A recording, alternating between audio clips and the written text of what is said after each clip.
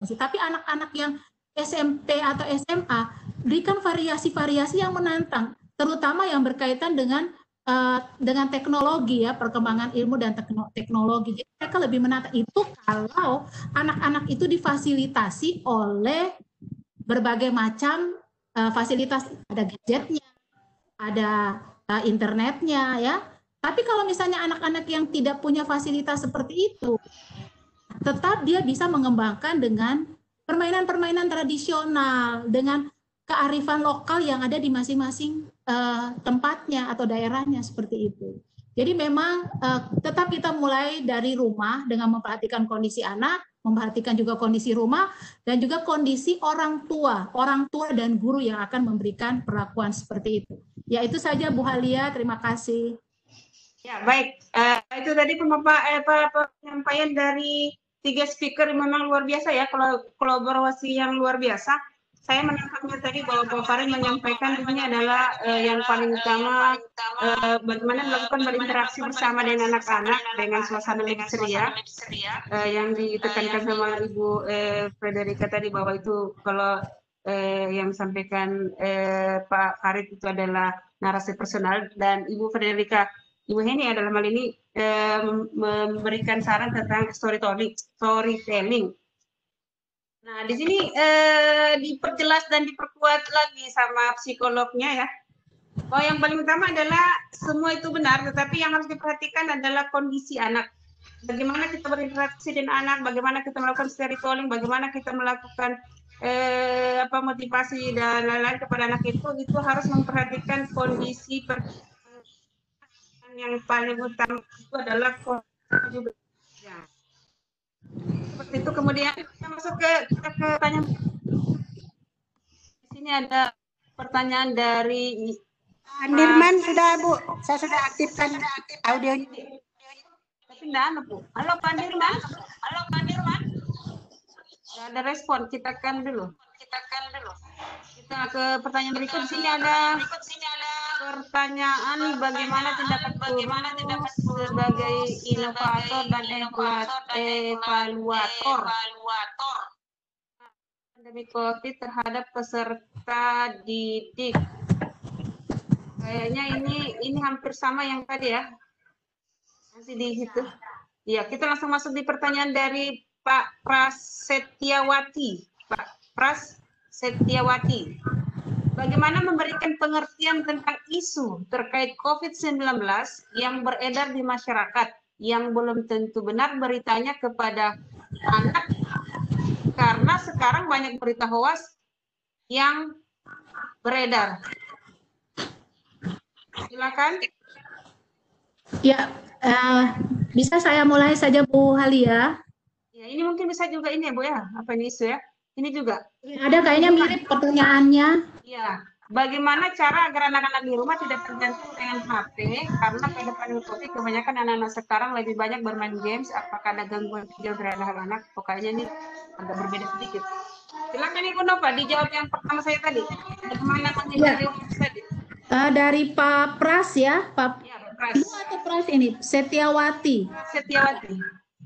Ya, jadi ini Ibu atau Bapak ya? Prasetyawati Ibu. Ibu ya. Jadi begini, yang pertama tadi sudah saya jelaskan bahwa kita harus memberikan atau penuhi rasa aman pada anak, ya.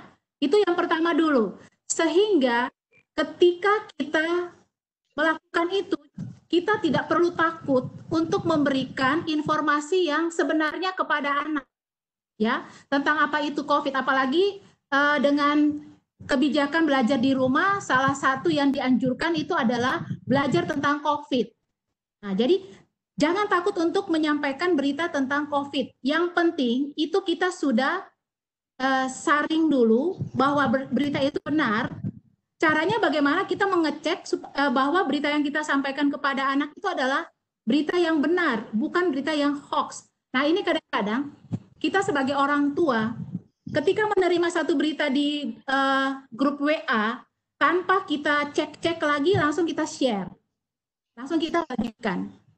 Akhirnya kemudian pertama ada konfirmasi, oh berita itu hoax. Nah, ini berarti kita sendiri belum mengecek kebenaran dari berita itu. Nah, saran saya Bapak Ibu, kita sebelum men-sharingkan berita itu, kita cek dulu kebenarannya. Ceknya bagaimana Bapak Ibu? Sekarang sudah canggih, jadi bisa di-googling saja Bapak Ibu, ada berbagai macam cara untuk kita bisa mengecek berita ini termasuk berita yang benar atau tidak, ya. Itu bisa pakai Google News, kemudian bagaimana, atau kita ketik judul berita itu, kemudian kita tambahkan di belakangnya ada hoax atau tambahkan hoax, itu nanti akan keluar bahwa berita itu benar atau tidak. Atau misalnya kita bisa ada gambar-gambar, kita bisa telusuri dengan Google Image dan lain sebagainya. Jadi banyak cara Bapak Ibu. Saran saya sebelum informasi itu di-sharingkan, kita saring dulu, kita saring bahwa memang benar, oh bahwa itu berita benar, oh ini berita yang tidak benar. Jadi jangan takut menyampaikan sesuatu berita yang berkaitan dengan COVID kepada anak, dan tetap memperhatikan bahwa berita yang akan kita sampaikan itu memberikan respon dan perlindungan juga kepada anak, perlindungan dari informasi yang tidak benar. Ya, terima kasih. Setiawati, demikian. Ya, bagaimana Pak Farid? Ada yang bisa ditambahkan? Ya, saya tambahkan sedikit. Pada masa pandemi COVID-19 ini, pemerintah menyiapkan beberapa lembaga, beberapa fasilitas terkait dengan informasi.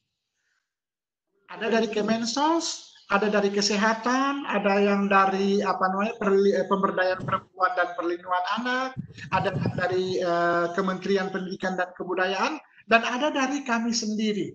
Kami adalah salah satu lembaga pendidikan kebencanaan, selalu menginformasikan sesuatu yang positif dan bukan hoax kepada guru-guru, grup-grup yang kami dampingi saat ini. Berita-berita itu sebelum kami share ke yang lain seperti apa yang disampaikan oleh Bu Nova, kami lihat dulu, kami baca dulu, terutama terkait dengan korban yang meninggal, yang terpapar, itu kami seleksi betul sehingga anak-anak itu menerima informasi yang positif, dan informasi itu yang kami dapatkan juga dari beberapa lembaga pemerintah maupun dari NGO, non-government organization. Jadi kerjasama yang bagus itu antara orang tua, guru, sekolah untuk bisa mendapatkan informasi itu. Jangan hanya berita yang istilahnya bisik-bisik tetangga, yang bisa menakutkan, membuat orang panik, membuat anak-anak bisa takut, dan itu kita harus hindari. Apakah sebagai orang tua, sebagai guru, kemungkinan juga kita menyampaikan kepada anak-anak kita ketika mereka berinteraksi dengan temannya itu agar menyampaikan berita-berita yang positif dan dapat berterima dengan anak-anak itu sendiri.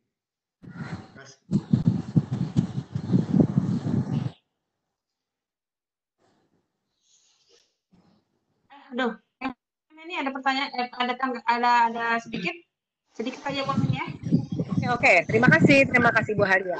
Saya sangat setuju sekali dengan kedua pembicara terdahulu, tapi saya lebih ngefans ini ke Sister Nova, bahwa saya pasti ngikutin sama seperti apa yang Sister Nova lakukan. Karena tidak semua berita itu mentah-mentah kita harus telan, tapi kita harus betul-betul filter. Kita lihat baik-baik, lebih tepatnya kalau kita ngecek langsung googling. Iya. Jadi sebagai orang tua, sebagai orang yang paham di rumah, ini karena kita mengamankan situasi keluarga kita lebih harus lepas waspada, meningkatkan kewaspadaan dengan menfilter semua berita-berita yang sebaiknya sebelum kita memberitahukan kepada siapapun, kita share kepada siapapun. Dan lebih kalau itu memang kita ketahui, kita memberikan sebuah pemahaman yang benar terhadap ring satu kita, keluarga kita, anak kita teristimewa. Saya sangat setuju sekali, dan semua masing-masing memiliki positif dan negatifnya. Tapi yang paling berhati-hati dalam men-share sesuatu, kita pastikan kebenarannya. Sekian, terima kasih. Kembali ke moderator, Ibu Hadia. Ibu Heni, ya. Dari yang disampaikan dari pertanyaan tadi, saya pikir siapa tadi? Bisa diterima ya, maksudnya intinya adalah memberikan rasa aman kepada anak dengan cara mencek informasi-informasi yang ada. Artinya kita juga harus up to date dengan kondisi ini, sehingga kita menyampaikan ke anak tentang isu-isu itu, kita punya dasar untuk menyampaikan itu. Intinya adalah bagaimana menciptakan rasa aman. Oke, baik, masih ada 3 pertanyaan, tapi 2 pertanyaan hampir sama, Ibu, Bapak. Itu pertanyaannya terkait masalah HP. Pertanyaannya untuk dari Pak Dirman dan Ibu ini. Pak Dirman ya. Pertanyaannya, bagaimana caranya agar anak-anak di rumah tidak tergantung dengan HP? Karena pada pandemi COVID-19, kebanyakan anak-anak sekarang lebih banyak bermain games. Apakah ada gangguan jiwa terhadap anak? Di pertanyaan ini hampir serupa dengan pertanyaan Pak Muhammad Iksan dari Aceh. Pertanyaannya serupa ya. Muhammad Iksan NPD, kasus yang kami hadapi pada saat pandemi 19 adalah ketergantungan anak dengan gawai atau handphone. Mereka malas untuk bergerak, baik berolahraga, bermain di rumah maupun untuk belajar. Nah, bagaimana mengatasi keadaan tersebut? Pertanyaan ini sama ya Bu, cuma di sini dia minta bantuan mengatasi ini kondisinya. Yang di atas ini kan ada pertanyaan juga, apakah itu berdampak secara kejiwaan. Oke, baik, silakan Bapak Ibu yang menjawab siapa dulu. Ya, baik. Ya, baik Bu Halia, bisa saya bantu menjawab? Ya, silakan Ibu Nova. Memang ketika anak dianjurkan untuk belajar di rumah secara daring, mau tidak, sepanjang waktu anak itu pasti akan memegang HP, ya, dengan alasan belajar. Ada tugas dari guru atau sharing tugas-tugas dan lain sebagainya. Nah, apa sih yang harus dilakukan oleh orang tua? Nah, pertama, tetap kita harus buat jadwal. Buat jadwalnya tuh buat jadwal belajar. Kapan anak belajar? Walaupun di rumah ya, Bapak Ibu, tetap kita harus buat jadwal. Kapan anak itu punya waktu untuk belajar secara daring. Kemudian komunikasikan itu dengan anak, buat kesepakatan dengan anak. Ini jadwal yang sudah kita sepakati ya. Ini untuk semua umur bisa dilakukan seperti itu. Kita belajar mengkomunikasikan sesuatu kepada anak ya, supaya anak merasa enak, merasa nyaman. Orang tua juga tidak tiap hari teriak-teriak atau darah tinggi, mengurangi imun itu nanti Bapak Ibu. Jadi buat kesepakatan dengan anak ya, buat kesepakatan. Ini jadwal yang kita tetapkan bersama. Nah, kemudian ketika memegang HP, ketika dia belajar, ya, dia bilang dia belajar, mencari tugas dan sebagainya, orang tua juga harus mengawasi apakah benar dia melakukan hal seperti itu. Nah, ketika orang tua mengawasi, orang tua akan tahu, oh iya, anak itu memang benar-benar belajar. Nah, tetapi kalau orang tua lengah sedikit saja, anak akan mempergunakan waktu itu untuk bermain game atau gadget, menggunakan gadget itu sepanjang waktu. Harus ada ketegasan dari orang tua. Konsekuensinya kalau dia melanggar apa yang sudah disepakati, itu harus tetap dilakukan. Misalnya, kesepakatan dengan anak, kalau dia mematuhi jadwal yang sudah ditentukan, misalnya anak akan dibuatkan makanan kesukaannya, misalnya seperti itu. Kalau misalnya anak melanggar kesepakatan itu, apa misalnya? Nah, berarti ketika dia meminta makanan kesukaannya, misalnya mamanya tidak buatkan, itu konsekuensi yang memang tidak, jangan konsekuensi yang merugikan, ya. Tetap ada kebahagiaan ketika anak belajar di rumah. Nah, kemudian selain kita memantau kondisi anak, orang tua juga mau tidak mau jangan gaptek. Kadang-kadang anak sedang mencari tugas, misalnya orang tua marah karena orang tua sendiri tidak tahu itu aplikasi apa yang sedang digunakan. Misalnya pikirnya tuh anak cuma main game saja, padahal mungkin dia lagi menggunakan aplikasi tertentu yang memang berisi tentang game-game. Nah, jadi orang tua sekali lagi, dengan anak sesuaikan juga dengan perkembangan yang ada, belajarlah dengan lebih giat lagi, dalam artian bahwa jangan sampai kita ketinggalan teknologi, informasi, dan Oke, terima kasih. Iya. Silakan, siapa selesai? Iya, Pak Farid dulu. Ya, Pak Farid silakan. Ya, oke, terima kasih Bu Jangan lama, Alia. Pak. Saudara saya penjelasan. yang sempat menyimak apa yang kami sampaikan, apa yang sudah kami paparkan dari seluruh Indonesia. Dan ini pertanyaan yang sangat menarik. Sebenarnya pemerintah kita sudah membuat aturan. Dari Kemdikbud itu sudah membuat aturan, ada program namanya pendidikan keluarga. Di dalam pendidikan keluarga ada topik-topik yang menarik terkait dengan komunikasi efektif dan pengasuhan positif. Nah, bagaimana orang tua, bagaimana kita menggunakan alat komunikasi ini secara tepat. Itu program pada saat 2016 kemarin, ya mungkin program tersebut masih jalan, yaitu program pendidikan keluarga. Nah, kerjasama antara pihak sekolah dan orang tua harus tetap terjaga di masa pandemi ini. Seperti apa yang saya katakan tadi, sekolah ataupun guru, wali kelas atau guru kelas harus bisa membentuk yang namanya paguyuban orang tua.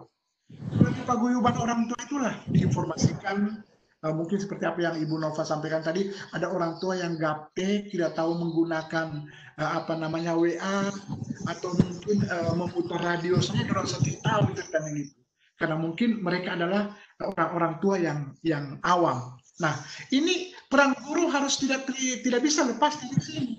Jadi guru menginformasikan kepada orang tua bagaimana caranya melalui pembelajaran orang tua seperti itu. Nah, salah satu contoh yang bisa kita ambil dari pendidikan dan komunikasi efektif ini, kami punya cerita. Ketika si anak berkurung di kamar, ya, pada saat jam makan bersama tiba. Sebagai orang tua untuk mengalihkan apa yang sudah dia lakukan di kamar tersebut dalam waktu yang lama, tidak salah lah ketika orang tua menyampaikan agar supaya kalau mereka sudah fokus pada sesuatu yang tidak tepat harus mereka lihat, harus mereka ketahui. Orang tua bisa menyapa, Amina, saat sekarang kita makan malam bersama seperti itu. Anton, ayo kita sekarang menonton tayangan televisi, yaitu terkait dengan film anak Bumi Tadulako seperti itu. Jadi ketika kita menyapa si anak itu berarti mengalihkan apa yang dia lihat itu, apa yang sudah menyimpang dari apa yang sudah diprogramkan bisa terputus sehingga mereka mendengarkan apa yang disampaikan oleh orang. Jadi ini satu contoh ceritanya. Itu mungkin bisa saya sampaikan. Ya. Memeni silakan. Waktunya jangan lama, Memeni. Masih ada pertanyaan satu. Waktu kita tinggal 8 menit. Karena yang paling utama adalah kita melihat interest dari anak. Jadi masing-masing orang tua di sini kedua bidang art and sport, ya, sport and art itu sangat-sangat menolong sekali untuk mensiasati anak kreativitas, pengembangan kreativitas itu. Kalau misalnya mamanya lagi bikin kue, orang tua lagi suka pamer-pamer ini menu, ya. Apalagi sekarang itu buat anak perempuan ya. Tapi buat yang untuk umum ada dua hal. Jadi art and fokus ke anak-anak kita tanya, kita teliti dan kita analisa interestnya anak gimana. Aduh kalau udah olahraga, kasihkan olahraga. Anak-anak luar biasa mengembangkan suaranya, bisa TikTok-an, bisa karaokean, ya bisa. Dan situasi seni, hari itu saja buat saya. Ya. Oke. Ya, baik. Terima kasih Pak Farid, Memeni dan Ibu Nova. Di sini bisa kita tarik ya. Di sini saya bahas ya. Ini intinya bagaimana kita art dan sport. Ya, ini untuk membuat mereka melupakan. Kalau dari Ibu Nova ini, ya perlu ada jadwal. Ini yang sangat harus ada jadwal. Pengawasan yang harus sendiri. Masih ada pertanyaan satu lagi, Bu. Ini yang terakhir, kita jadikan pertanyaan terakhir. Berikutnya nanti bisa berhubungan langsung dengan para presenternya. Ini Ini ada pertanyaan dari Faisal Rohman Kurniawan dari Jawa Timur. Yang terakhir ini, pertanyaannya adalah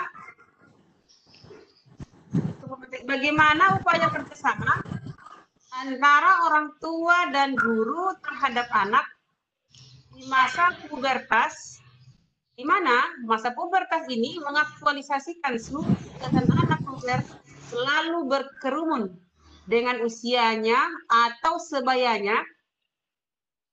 Yang dijelaskan pemerintah berkutat pada anak usia TK SMP. Jadi yang dia pertanyakan adalah terkait masalah anak yang masa puber.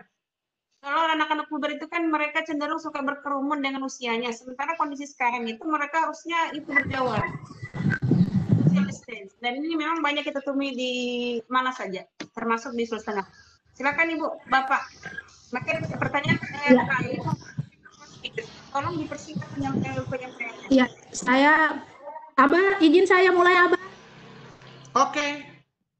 Ya, jadi memang anak-anak usia pubertas sampai remaja itu memang ciri khas mereka itu adalah suka berkelompok, suka berteman, ya, suka ada di dalam kelompoknya, itu ciri khasnya. Dengan keadaan seperti ini harus social distancing, physical distancing, itu mereka pasti akan jenuh, mereka akan bosan, bahkan mereka mungkin jengkel dengan kondisi seperti ini. Nah, apa yang harus dilakukan? Sebenarnya mereka bisa memanfaatkan media-media sosial yang ada, chatting, bisa juga sekarang kan di WhatsApp group itu kan bisa pakai video ya, video call ya, maksimal 11 orang kalau saya tidak salah.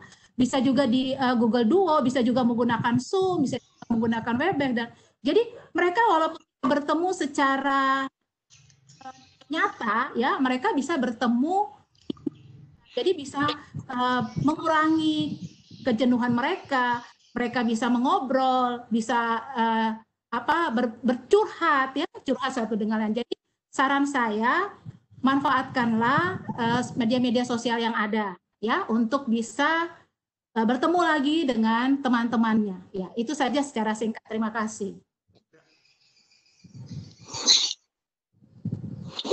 Salah satu saja. Kalau bisa waktunya tinggal sedikit atau boleh disingkat-singkat saja. Oke, sedikit komunikasi efektif itu tetap harus terjaga dengan memanfaatkan media yang seperti apa yang disampaikan oleh Bu Nova tadi, sangat pas sekali, dan tidak harus bertemu.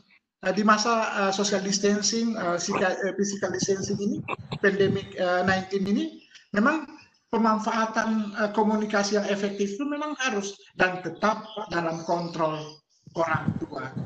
Ada waktunya mereka untuk bisa berinteraksi dengan internal mereka, yaitu keluarga, ada waktunya mereka berinteraksi dengan eksternal mereka.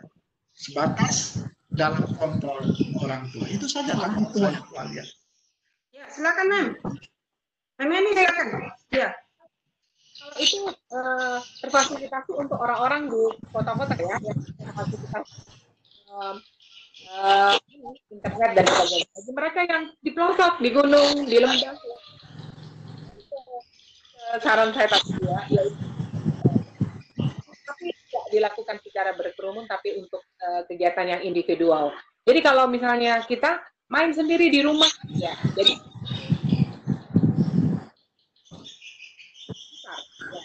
menggunakan musik-musik alam yang tersedia. Saya rasa kembali ke situ saja dan kegiatan. Terima kasih. Iya.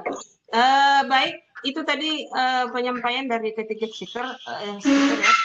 Sebenarnya saya juga sedikit ada pendapat terkait masalah pertanyaan ini. Memang kalau kita melihat bahwa ternyata anak-anak remaja ini, kalau kita jalan-jalan di mana-mana itu mereka suka berkerumun, bahkan dalam kondisi seperti sekarang ini. Di Sulawesi Tengah sendiri kita biasa melihat anak-anak kita ada beberapa di daerah-daerah tertentu, di luar pun seperti itu.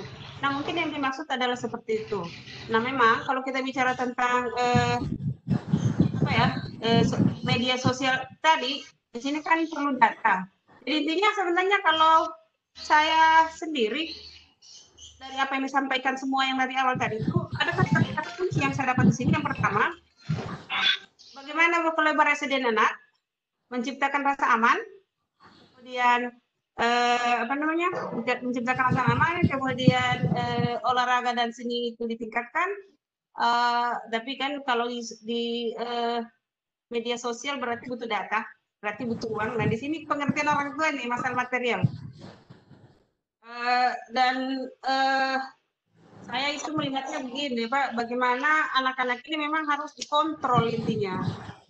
Karena anak-anak ini keluar di jalan, itu mereka tetap berkerumun dalam kondisi seperti ini. Sementara mereka itu adalah jiwa-jiwa anak-anak yang mempunyai imunitas yang tinggi, tapi mereka tidak tahu bahwa mereka bisa jadi membawa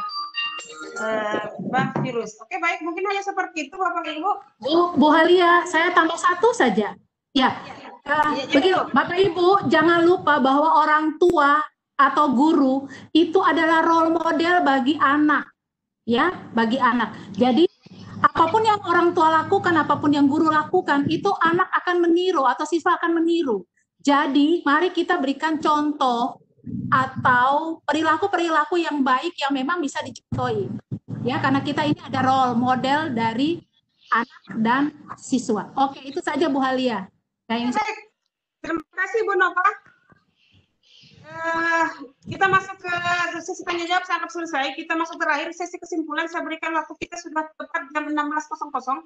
Silakan siapa yang ingin mengambil kesimpulan. Waktunya tidak terlalu panjang, hanya kurang lebih paling lama 5 menit. 3 menit juga lebih baik. Sebelum saya serahkan ke host. Karena ini sudah jam 16:01. Silakan. Siapa yang mau mengambil kesimpulan? Salah satu di antaranya. Speaker, Bapak Ibu speaker, Pak Farid. Tidak, Pak Farid saja barangkali. Abah, mewakili. Kami tadi sudah berbicara menyampaikan, disampaikan oleh 3 orang speaker. Yang pertama adalah saya, lalu yang kedua saudari saya Ibu Nova, dan yang ketiga saudari saya Ibu Heni.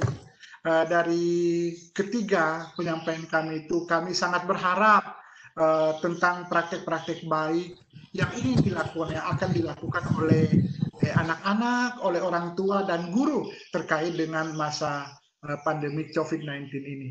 Kalau saya tadi lebih menekankan beberapa hal terkait dengan bagaimana belajar di rumah, bagaimana pengintegrasian tentang karakter, dan bagaimana orang tua mengetahui tentang gaya-gaya belajar. Selanjutnya Ibu Nova tadi menyampaikan tentang poin-poin penting bagaimana sih penanganan guru ketika di masa COVID-19 ini. Dan sebagai seorang guru juga harus tetap memberikan informasi yang positif, harus ada pembatasan terkait dengan berita-berita hoax, apakah itu yang ditimbulkan oleh media cetak maupun media elektronik. Dan ini sangat positif sekali. Tadi Bu Heni sempat menyampaikan beberapa hal penting terkait dengan treatment di dalam emergensi pedagogi. Ada 15 sebenarnya yang disampaikan oleh Bu Heni, tetapi Bu Heni lebih melihat beberapa hal yang terpenting. Salah satunya adalah bagaimana meluangkan waktu mendampingi anak-anak ketika kegiatan kerohanian mereka, kegiatan spiritual mereka, dan ini sangat terpenting apalagi di masa sekarang. Kegiatan religius jangan pernah terabaikan di kegiatan di masa pandemi COVID-19 ini. Dan harapannya kita semuanya, kami sebagai speaker ini berharap agar apa yang kami sampaikan ini bisa bermanfaat untuk kita semuanya. Kita bisa amalkan dalam masa bencana yang dan ini insya Allah segera berakhir ini bencana ini, segera berakhir ini musibah ini, dan kita bisa hidup normal lagi. Dan apa yang kita sudah belajar dari COVID ini, silaturahim kita tetap terjaga. Apakah guru dengan guru dengan orang tua, dan orang tua dengan anak. Dan ingat, trifokus pendidikan itu kita harus bisa realisasikan, baik sekolah, orang tua, dan pemerintah. Seperti apa yang diamanatkan oleh 01 kita, bahwa kita harus merasa aman, jangan panik ketika pada situasi ini. Terima kasih. Terima kasih Bapak Farid yang sudah mengambil kesimpulan. Baik Bapak Ibu, sebelum saya serahkan kepada host, Ada beberapa kata kunci yang saya dapatkan dari apa yang kita bahas hari ini. Yang pertama adalah, yang paling utama menurut saya adalah kita orang tua dan juga guru merupakan role model, gitu ya Bu ya, role model. Kita contoh. Ketika kita ingin menyuruh anak-anak, contohkan di kita. Jangan kita yang melarang anak-anak keluar, kita yang keluar dan lainnya. Kemudian ada juga yang sport, art dan sport. Ini sih saya sangat tertarik sekali. Dan yang paling terakhir di sini dan saya rasa ini paling utama, jangan pernah mengabaikan religius dalam kondisi saat ini. Karena religius ini adalah hal paling utama dimanapun dan pada situasi mana, bagaimanapun. Baik Bapak Ibu dan seluruh peserta yang ada di dalam Pikon kali ini, saya Halia SE MAK selaku moderator pada hari ini bersama 3 speaker kita, yaitu Bapak Faris Bahweres, Bapak Faris Bahweres SPD NPD, dan Ibu Hendri JT Huda SPSI MM, dan Ibu Heni Frederika MPD, merupakan trio speaker pada hari ini. Mengucapkan terima kasih banyak atas perhatian Bapak Ibu, dan saya serahkan kembali kepada Ibu host, Ibu Sukma Awalira. Assalamualaikum warahmatullahi wabarakatuh. Waalaikumsalam warahmatullahi wabarakatuh. Sebelumnya, kami selaku penyelenggara kegiatan ini memohon maaf atas adanya kendala terjadi tadi, tapi ini tidak kesengajaan, tapi karena bencana alam, yaitu ada terjadi bencana non alam itu. Tak lupa kepada Ketua Umum IGI yang telah menyempatkan waktu bersama kita, kepada para pemateri, semua panitia yang bertugas, kepada Pak Adrianus sebagai Ketua Keler COSEC yang telah bersama kita dari awal sampai akhir, kepada PSMK atas roomnya, kepada pengelola PSMK, room Ibu Umi Tira Lestari, dan khususnya kepada semua peserta Pikon yang telah setia mengikuti Pikon ini dari awal hingga akhir. Akhir kata saya ucapkan wabillahi taufiq wa hidayah. Wassalamualaikum warahmatullahi wabarakatuh dan selamat sore. Waalaikumsalam warahmatullahi wabarakatuh. Silakan Bapak Ibu peserta, jangan lupa daftar hadirnya, masih ada waktu. Kita sesinya juga sebelum ditutup, sebelum ditutup roomnya, sebelum keluar, jangan lupa isi daftar hadir karena itu nanti akan menjadi apa ya,